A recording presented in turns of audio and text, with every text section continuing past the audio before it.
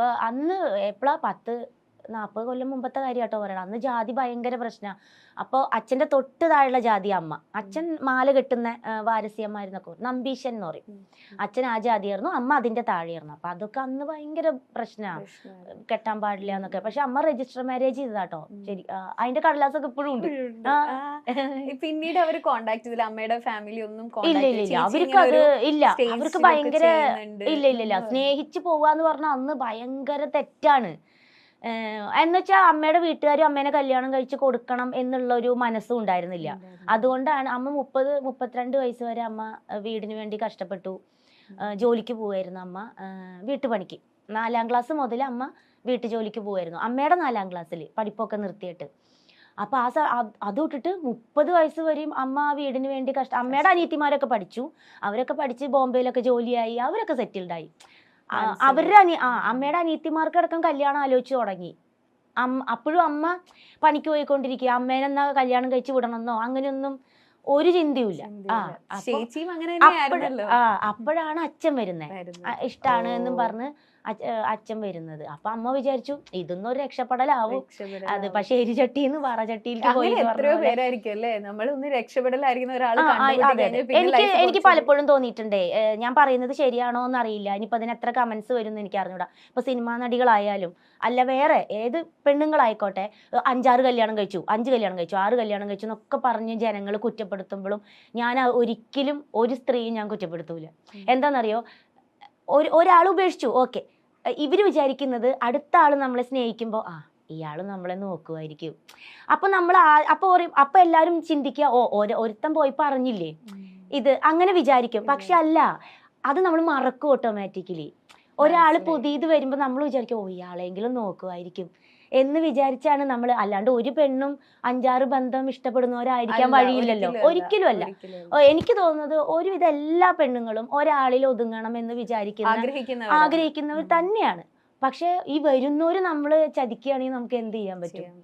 ഏറ്റവും വലിയ എക്സാമ്പിൾ ആണല്ലോ എന്റെ അമ്മ. പക്ഷെ അമ്മ പിന്നെ അച്ഛൻ്റെ അങ്ങനെ ഒരു ഇത് കിട്ടിയപ്പോ അമ്മ തീർന്ന്. അപ്പൊ ഞാൻ അമ്മയുടെ അടുത്ത് ചോദിക്കുകയും ചെയ്തിട്ടുണ്ട്, അമ്മ അച്ഛൻ ഇങ്ങനെ ഇട്ടിട്ട് പോയപ്പോ അമ്മയ്ക്ക് എന്താ തോന്നിയേ എന്ന് ഞാൻ ചോദിച്ചു. അപ്പൊ അമ്മ എൻ്റെ അടുത്ത് പറഞ്ഞത്, അച്ഛൻ പോയി, അതായത് പോലീസുകാരെ അമ്മോട് പറയണേ ഇനിയിപ്പൊ അയാൾ വരും തോന്നുന്നില്ല രാധേ, കൊറേ അന്വേഷിച്ചു കിട്ടാ ഒരു വഴിയില്ല. അന്ന് ഫോണൊന്നും ഇല്ലല്ലോ. അപ്പൊ രാധ ഇനിയിപ്പോ മോളെ നോക്കി ഇരിക്കുകയായിരിക്കും നല്ലത്, ഇനിയിപ്പോ അയാൾ ഇനി തിരിച്ചു വരും എന്ന് തോന്നണില്ല. അപ്പൊ പോലീസുകാർക്ക് മനസ്സിലായി തോന്നുന്നു അയാൾ എവിടെയോ കല്യാണം കഴിച്ച് സെറ്റിൽഡ് ആയി എന്നുള്ളത്. അത് അമ്മയോട് പറയാനൊരു ബുദ്ധിമുട്ടായിട്ടാണോ എന്തോ അങ്ങനെ പറഞ്ഞു. അപ്പൊ അമ്മ പറഞ്ഞു, എനിക്കിങ്ങനെ അച്ഛൻ പോയി അങ്ങോട്ട് പോലീസുകാരും അടുത്തുള്ളവരും അങ്ങനെയൊക്കെ ഉപേക്ഷിച്ച് പോയതാണ് എന്നാണ്. അപ്പൊ അമ്മ പറഞ്ഞു, എൻ്റെ അങ്ങനെ തലയ്ക്ക് അടി കിട്ടിയ പോലെയാ തോന്നിയത്. അമ്മ പറഞ്ഞു, കരഞ്ഞു, കരഞ്ഞു, പിന്നെ ഞാൻ കരഞ്ഞിട്ടില്ല എന്ന് പറഞ്ഞു.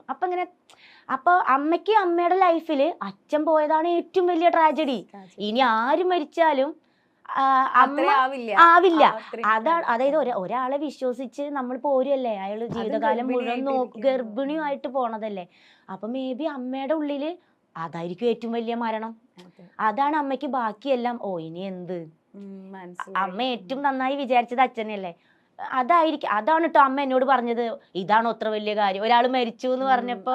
അപ്പൊ ഞാൻ ആ ചേട്ടന്റെ അടുത്ത് താഴെ കമന്റ്സ് ചെയ്തു, ചേട്ടാ അതല്ല, അമ്മ മരണത്തെക്കാൾ വലുത് എടുത്ത് ചോദിച്ചത്. കാരണം അങ്ങനെ പെട്ടെന്ന് പറയുമ്പോൾ ആളുകൾ, പക്ഷെ നമുക്ക് മനസ്സിലായി, ഇന്റർവ്യൂ മൊത്തത്തിൽ കണ്ടവർക്ക് അത്രയും ബോൾഡ് ആയതുകൊണ്ട്. അല്ല, അത് മേ ബി ഞാനിപ്പോ ആ ഇന്റർവ്യൂ കണ്ട വേറൊരു കുട്ടി പറഞ്ഞിട്ട് ഞാൻ ആ ഇന്റർവ്യൂ കണ്ടാൽ ഞാനും വിചാരിക്കും ഒരാൾ മരിക്കുമ്പോഴാണോ അങ്ങനെ തമാശ. അത് അമ്മ ഉദ്ദേശിച്ചത് അങ്ങനെയല്ല, ഒരിക്കലും അല്ല.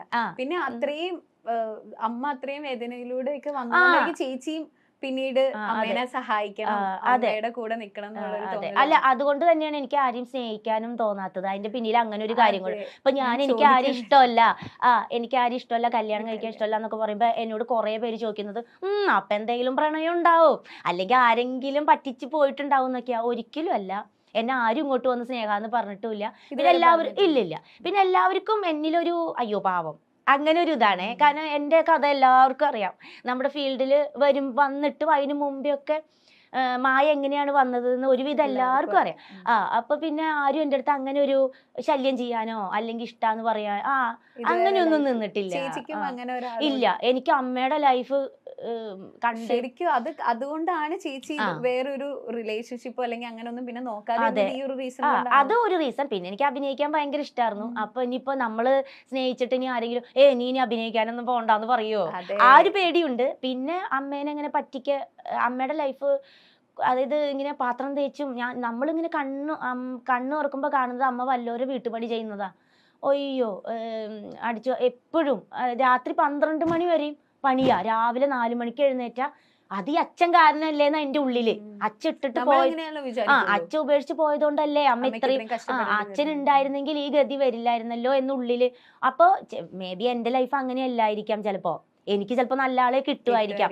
ഇല്ലെങ്കിൽ ഞാനും ഇതേ സിറ്റുവേഷനാണ്. എനിക്കൊരു കുഞ്ഞായിട്ട് അയാൾ ഇട്ടിട്ട് പോയാൽ ഞാൻ ഇനി എന്ത് ചെയ്യൂ?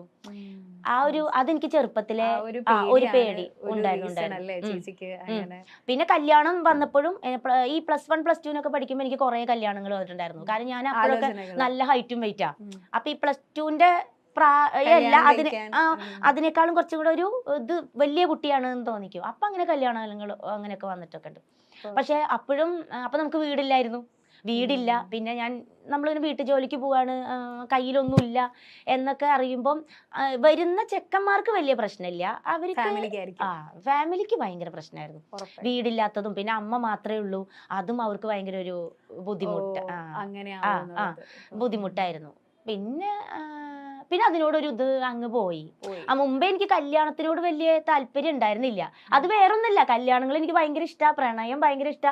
പക്ഷെ എന്റെ ഉള്ളില് ഇട്ടിട്ട് പോവോ എന്റെ ഉള്ളില് അത് നല്ലോണം ഉണ്ടായിരുന്നു. കാരണം അമ്മ അനുഭവിക്കുന്നത് നമ്മളല്ലേ കാണുന്നേ. അത് ഭയങ്കര. പിന്നെ എവിടെ ചെന്നാലും അച്ഛനില്ലേ ഈ ചോദ്യാണ്. അപ്പൊ അച്ഛൻ എന്ത് പറ്റി? അപ്പൊ നമുക്ക് മരിച്ചു എന്ന് പറയാൻ നമുക്കൊരു ബുദ്ധിമുട്ടാ. അപ്പൊ നമ്മള് പറയും ഇല്ല, അച്ഛൻ ഉപേക്ഷിച്ചു. അതെന്താ ഉപേക്ഷിച്ചേ? അപ്പൊ ഇത് നിക്കില്ലല്ലോ, അതെന്താ പറ്റി അങ്ങനെ ഉപേക്ഷിച്ചേ? അതെന്താ കാര്യം? അങ്ങനെ അപ്പൊ പിന്നെ അന്വേഷിച്ചില്ലേ? ഇങ്ങനെയുള്ള പിന്നെ ഒരു കുട്ടീനെയും കൊണ്ട് ഒരു സ്ത്രീ നടക്കുമ്പോഴുള്ള കുറെ അന്നത്തെ കാലഘട്ടത്തിൽ കുറെ കളിയാക്കലുകളും എങ്ങനെ ഉണ്ടായതാവോ അങ്ങനെയുള്ളവരെ പറയുന്നവര് വരെ ഉണ്ടായിരുന്നു. വാടകയ്ക്ക് സ്ഥലം കിട്ടാൻ ബുദ്ധിമുട്ട്, കാരണം ഒരു കൊച്ചിനെയും പിടിച്ച് ഒരു സ്ത്രീ വരുമ്പോഴേ അത് എന്ത് സ്ത്രീയാന്ന് അവിടെ ഉള്ളവർക്ക് അറിയില്ലല്ലോ, അത് എന്തിൽപ്പെട്ട സ്ത്രീയാണ്. അപ്പൊ എല്ലാവർക്കും വീട് തരാൻ, ഫാമിലി ആണെങ്കിൽ വീട് തരാം,